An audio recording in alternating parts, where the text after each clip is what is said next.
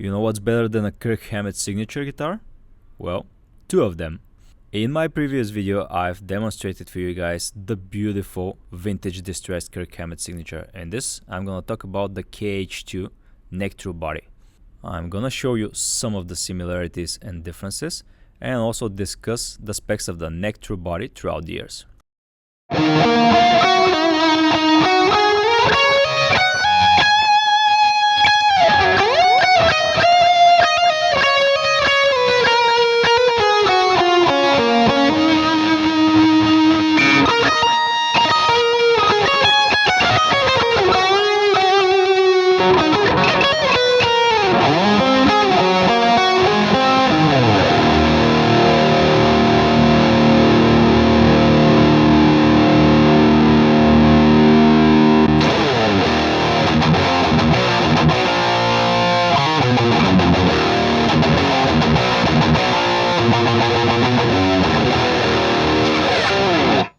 I'm gonna start this video with a story. It was 2017 and I had a little get together with a friend who is in a Metallica tribute band. We both collect James Hetfield guitars, so we were mainly checking out the Iron Cross, Snakebite and Vulture.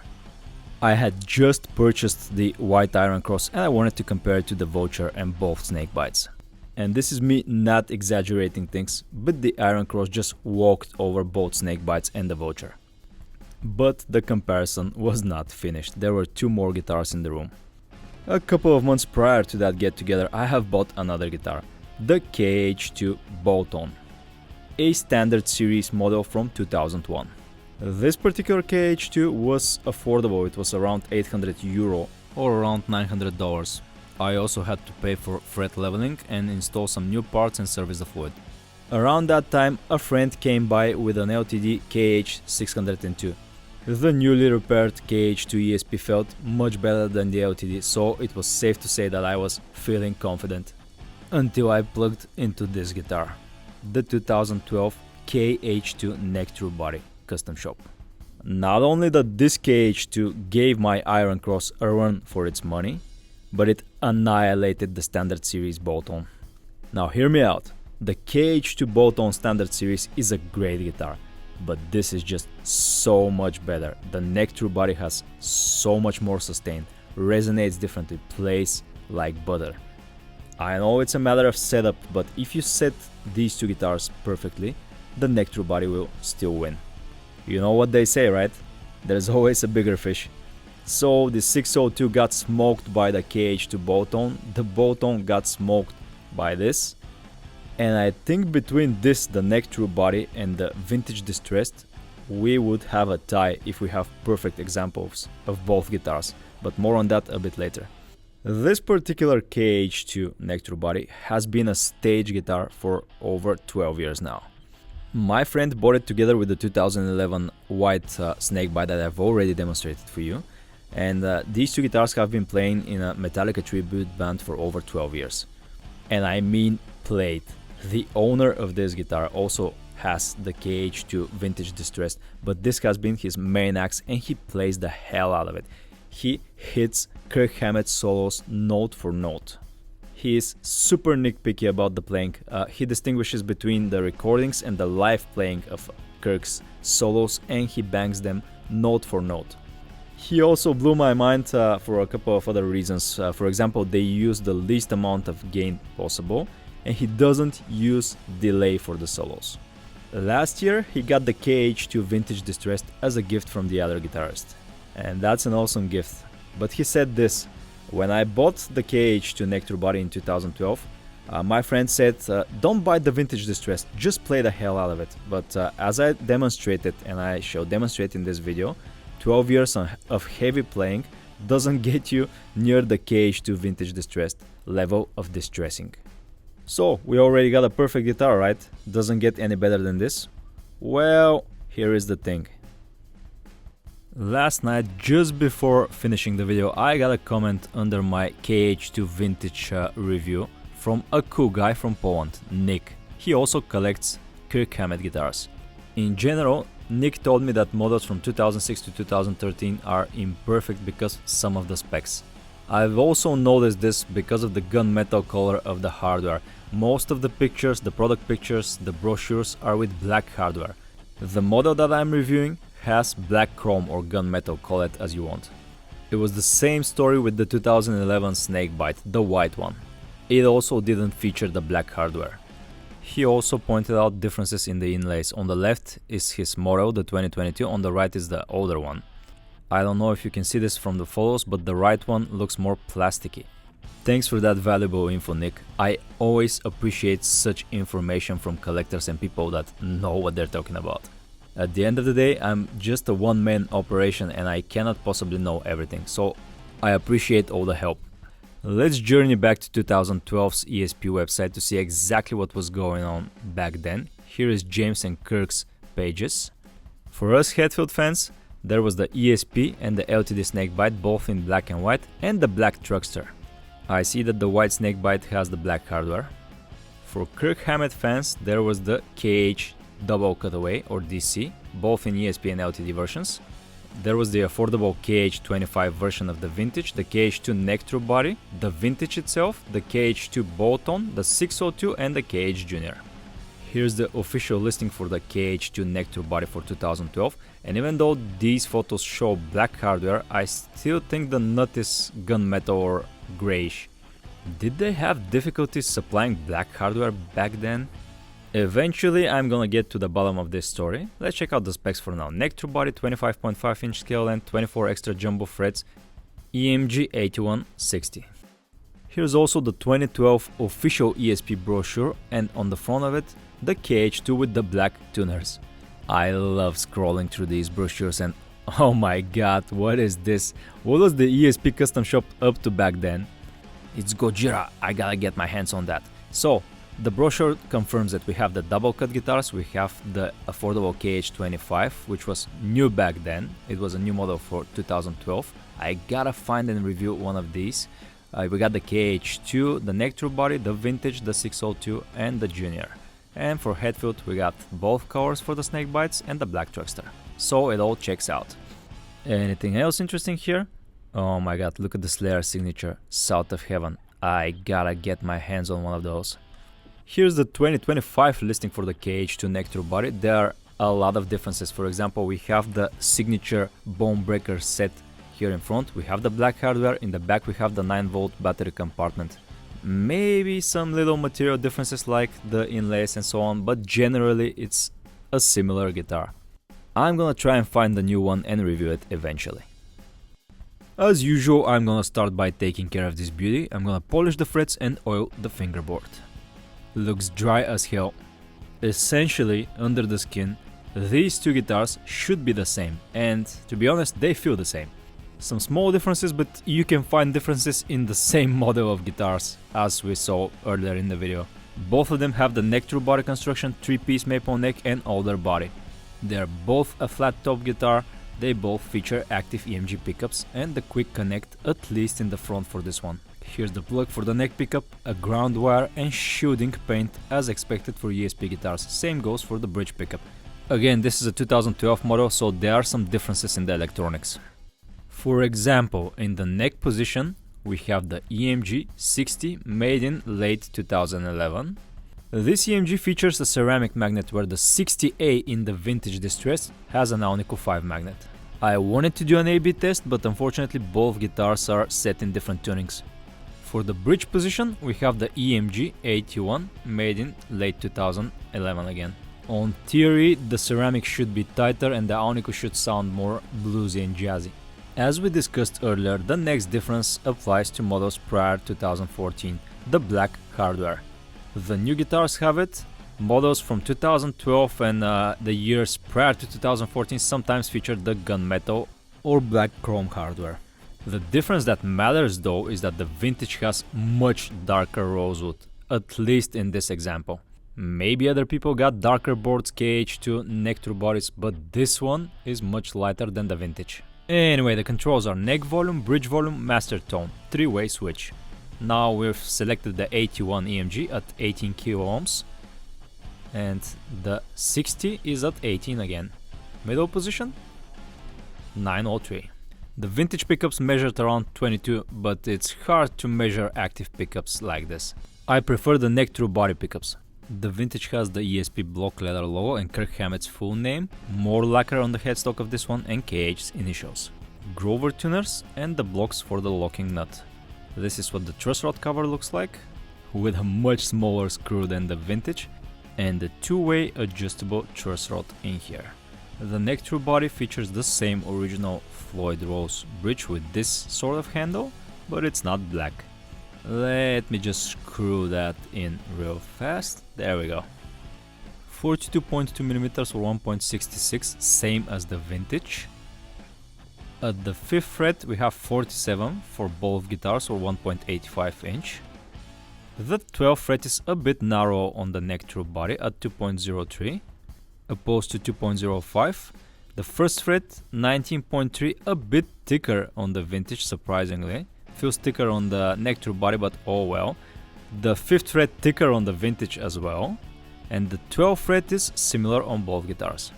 The neck profile also looks similar, extra thin U for both guitars. I think the difference between both is the volute shape, that's why they feel different around the 1st fret. Slightly thicker body for the Neck Thru, but this is due to the finish differences. This has much more lacquer than the Vintage Distressed. And to be honest, that's a huge difference. They have totally different feel. Slightly greater distance between the pickups, but I think that's due to different plastics throughout the years. Both guitars feature a 12-inch radius. As I mentioned in my previous video for the Vintage, this is not a usual radius for Super Strats, but since Kirk is using Gibson guitars flying V's Les Pauls, it only makes sense for all of his guitars to feature this radius. I'm gonna put the strings on this guitar and then flip it over so I don't lose the blocks in the Floyd. The Neck Thru body is set in E flat standard, the Metallica live tuning. The Vintage is in E standard with 942 stock strings.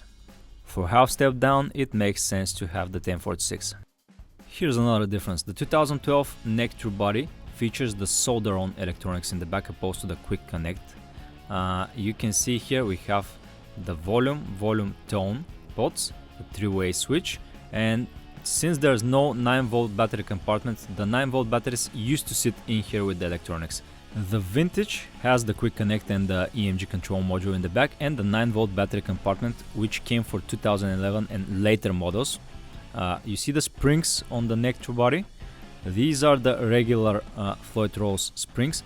Check them out on the Vintage. I think these have some sort of coating to make them a bit more noiseless.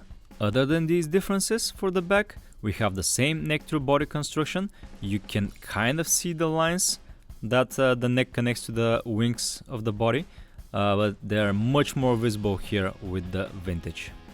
What I don't like about these two guitars, let me show you. We got the covers for the electronics, which are similar on both guitars. I don't like the cover for the springs because on both guitars it doesn't have the holes for adjusting the spring tension with a screwdriver. Even 2025 models don't have the holes in the back, and I hate to remove the cover every time I have to adjust the springs. Black output jack plate and shutter locks. Here's another big difference. Both of them feature 3-piece maple necks, but the one on the Neck Thru body is much more plain looking. This has aged finish. It is supposed to represent worn and played finish, although as we measured earlier, it's not thinner than the one on the Neck Thru body. Not exactly worn. Earlier I mentioned the difference of the volute shape. This one is much more smaller than the one on the Neck Thru body, and you can feel it when playing. An easy to read serial number, signature series 12 for 2012, made in Japan. And here we have the confusing stuff that Nick was able to explain earlier. I guess they cannot just keep it simple. The case is similar to the one of the Vintage. ESP had been using these cases for a lot of their guitars throughout the years. This one is a bit heavier for the Neck Thru body though. Same grey lining on the inside and same placement of the accessories compartment. Also in here we got the ESP branded fretguard and the certificate of authenticity. This is the Neck Thru, old format of the certificate, much smaller for the newer ones, but here we have the date. On the new certificates for the Vintage, we don't have the date any longer, which pisses me off. But the new guitars, the new Neck Thru body guitars, come with this type of certificate. And judging by Nick's pictures, doesn't have the date as well. The Vintage was just a little lighter because of the finish. Both guitars are a little under 8 pounds. Now let's hear the neck through body in E flat standard.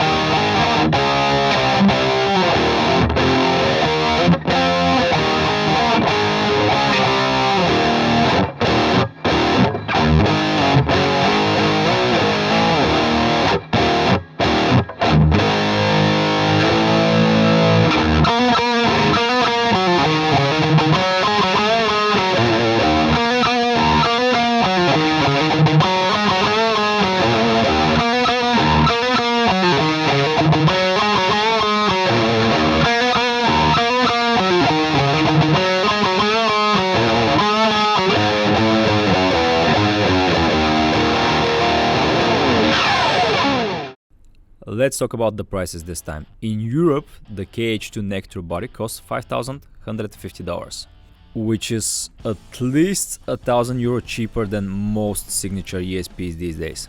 The vintage distressed price is more in the territory of the Iron Cross and Gary Holt's signature, for example, at $6,365.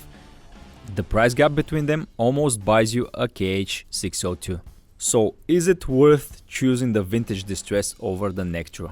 Starting with my subjective opinion, absolutely yes. I would always choose the vintage distressed over the KH-2, no matter which year, 2012, 2025, I would always go for the vintage. Here's the thing, the 2012, even with all the issues that I've pointed out, is a high-end instrument, plays like butter, sounds amazing, puts a lot of James Hetfield signature guitars in the dirt. But for me personally, it lacks the character of the vintage distressed.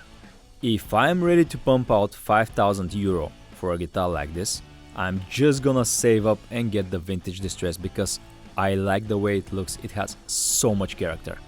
However, if you're not a fan of distressed guitars, this is the one for you. A couple of hours ago, I received a comment under the Vintage Distress review.